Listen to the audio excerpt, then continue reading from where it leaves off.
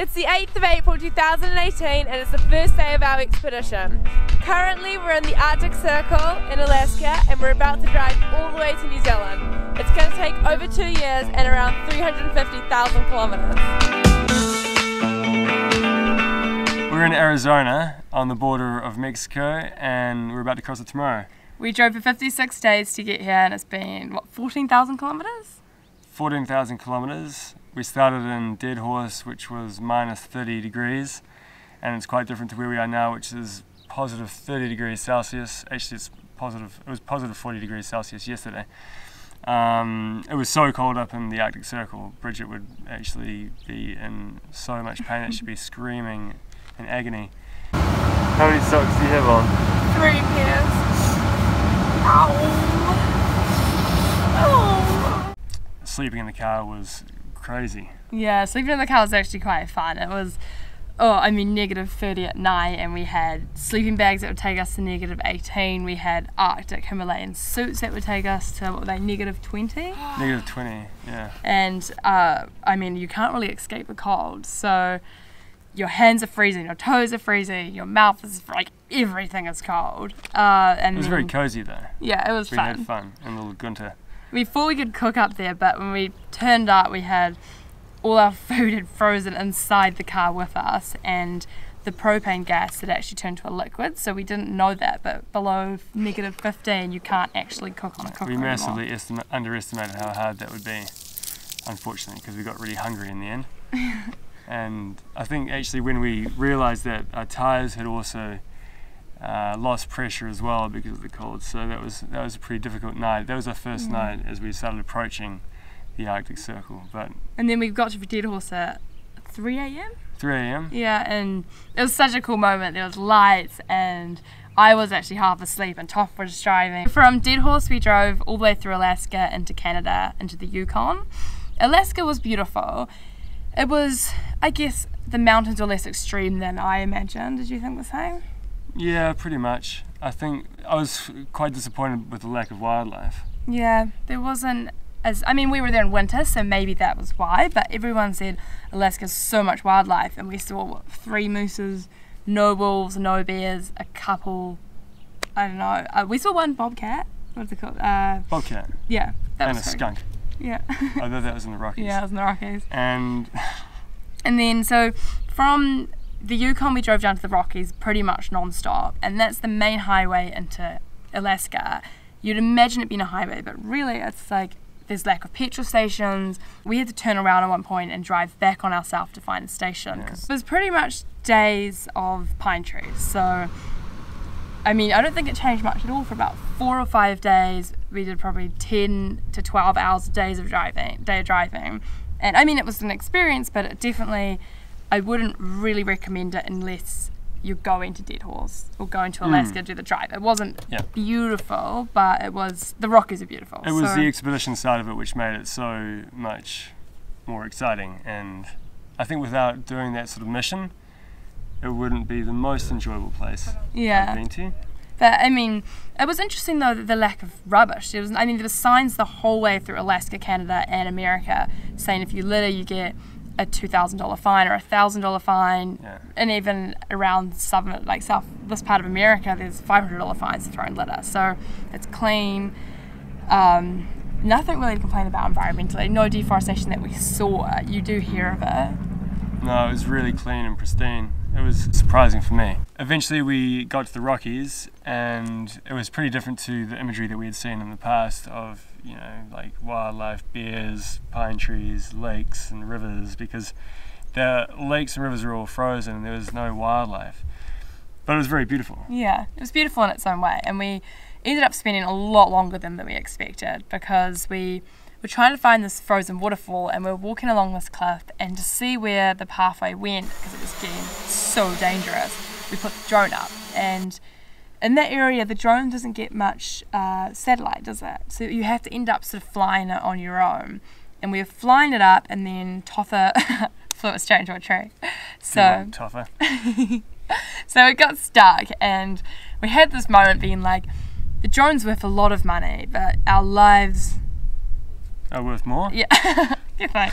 So we ended up actually decided to get the drone down, but we didn't want to climb the cliff, so we went to the town, Lake Louise, and we found someone with a huge like snowplow that is extendable, and we asked him to. It's a long broom, I think. Yeah, it's like a long broom extension pole, and we offered him a pack of beer in trade for his broom for a day, and out of that broom pole we created the most advanced salvage utensil possible for a drone recovery, and it worked really well.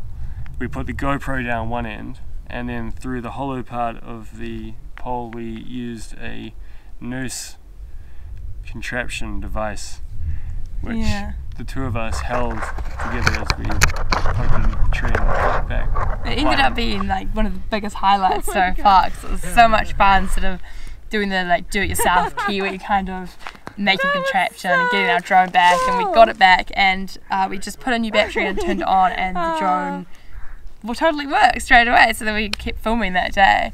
We drove down through Montana and into Yellowstone National Park, which is very beautiful, and it sort of felt like a theme park for nature, I guess. We did see a couple of bears, which was nice, but again there was about 50 cars all lined up taking pictures, and it just didn't feel any different to a zoo really.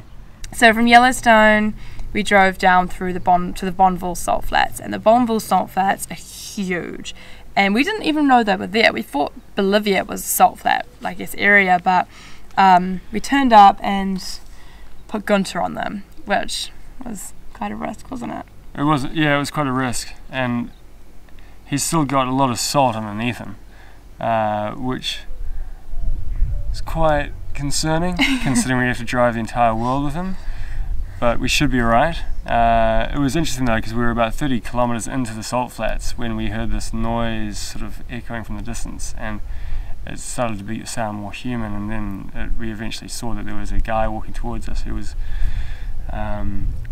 Alex from South Africa, who had broken down. Yeah.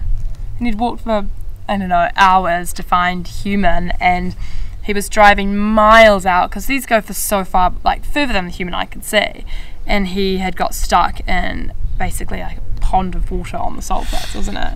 So he found us and we tried to help him out, but his car was just a complete write-off. So from Bonneville salt flats, anyway, we headed south and eventually reached Cathedral Reef National Park, which the locals in the area say that it's probably the most amazing national park that no one really actually explores that much. And we drove into the internal parts of the park, which was all off-road, no one there, and we came to probably our favourite place on the trip so far, wasn't it?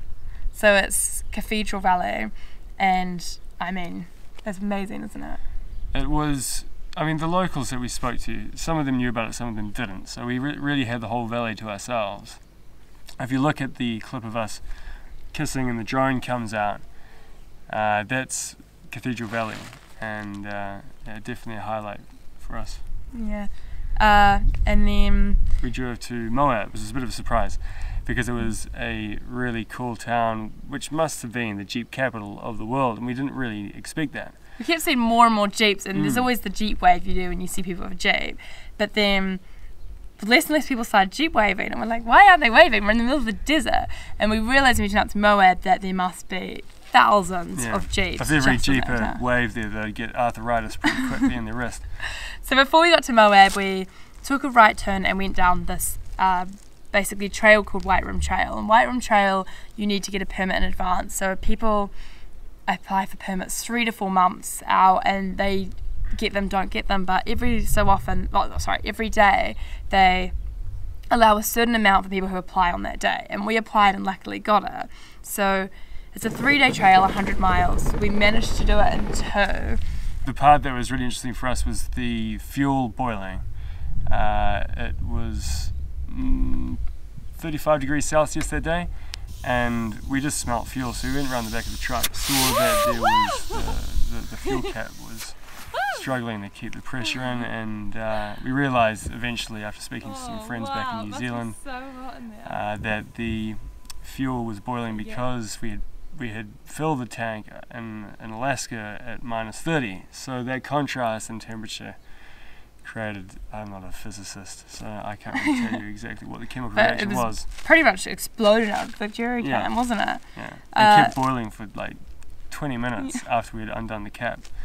We spent a few days seeing the archways in Archway National Park and outside of the park, and then we went and tackled the Top of the World Trail. The Top of the World Trail is probably It was very ambitious for Gunther. a no-go zone for Gunther in hindsight. In factory settings, we pushed them probably a little too hard, but we got way further than Anyone I think would anyone. expect, yeah. There were guys pulling other broken down trucks out, really capable trucks, and Gunther was further up than them. So It was a really good day. We definitely pushed Gunther more than we should have, because I mean, Jeeps are for pushing, but we've got to go around the world with them. Yeah, so that's the contrast is off-road is like, what are you doing? You've got to push them harder sometimes, but we're like, well, you know, what are we going to do for broken parts if we're in the middle of Africa and something happens? So we've got to sort of figure out how much do we want to push Gunther.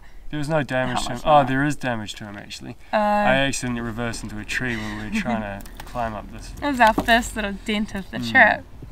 So Moab we loved, and then we went south around Monument Valley, which was beautiful, up round to Valley of Fire, and then down through Arizona to Phoenix, and that's where we got Gunther basically kitted out. So he may not look that much different, but he is. He's had a good lift kit put in, so he's capable of going over rougher terrain. He's got tints, he's got locking space in the car, he's got all sorts of things, but we'll go through that later on. Yeah, but now he is definitely ready to tackle the world, and it was Total Audio Pros who we worked with to make him awesome, and we spent every day and then from 8 till 5 working with these guys, and by the end of it we pretty much knew all of them, so that was kind of fun. We definitely enjoyed our time there.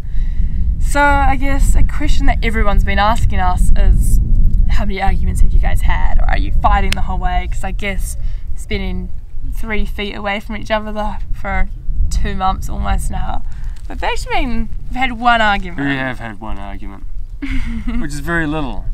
Yeah, it's been amazing actually. We get along so well, and we're discovering that we're more and more similar every day. But the only argument we had was literally about a pothole. Yeah. And because Bridget drove through a pothole, as you do. People make mistakes, I guess. We were in the Rockies, and then we hit this pothole. I hit it. It doesn't matter what happened.